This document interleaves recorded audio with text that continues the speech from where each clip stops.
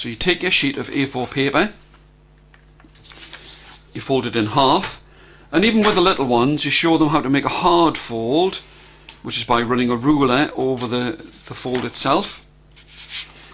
One of the best things about this is it doesn't have to be absolutely accurate, because it still works.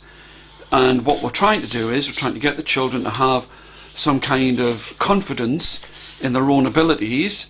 And if you have them cutting and making nets with small tabs that need to be quite intricately cut out and folded and glued, then it's quite difficult for them. So I think that this is much easier. Now there you've got, it's divided into 4 parts. That's quite easy. Now what you need to do is you need to take what's called a former. Now we really need to fold this into 3. Now that's quite a sophisticated action, but if you take this is called a former. It's just a piece of card which was actually at the back of a pad of paper, and it's 7 centimeters wide and it's 30 centimeters long. So basically you can cut the back of the pad into 3 pieces, and you make these things called formers. And strangely enough, they're called formers because they help you to form the structure that you're trying to make. So what you do is you line it up, and again it doesn't have to be absolutely accurate. You line it up with the side of the piece of paper, push it down with your fingers, make a hard fold on top of it, do it at the other side, and pull it up and fold it, and again use the ruler to make a hard fold. And now if you think about it, now you've got 12 squares that are roughly equal, and in the middle of those 12 squares you've got what is generally recognized as a net with 1, 2, 3, 4, 5, 6 squares. The difference being there's no intricate cutting, there's no fiddly gluing either, because what you do is, and for the younger ones, I actually made them to this point, then cut them on a paper cutter down those lines. You can do about 3 or 4 at a time, but once they've got a little bit more confidence in the cutting skills, you draw a line on top, or you could as easily photocopy this and you show them exactly where it is that you want them to cut. They have to cut along that line and to the end of the line, and cut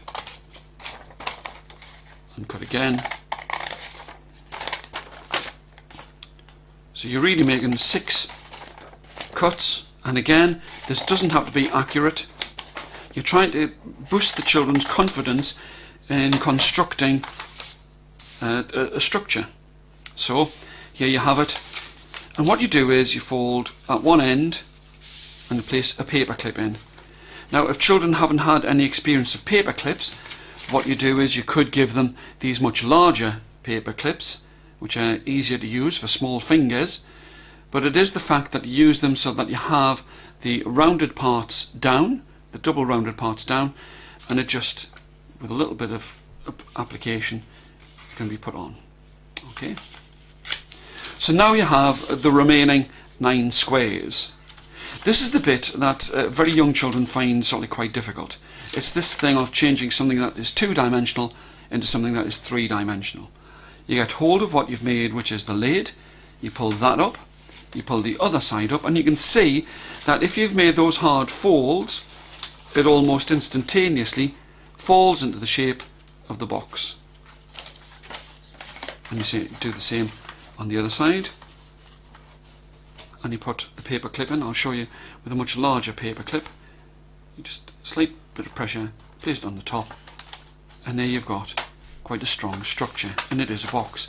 Now this could be stapled, it could be sellotaped, but it is the first in a series of processes that I'm going to show you. The way that you can fold a piece of paper to make a structure, the fact that you use a ruler to make hard folds, accurate use of a pair of scissors, and the use of paper clips. So that's quite easy, and there's a box.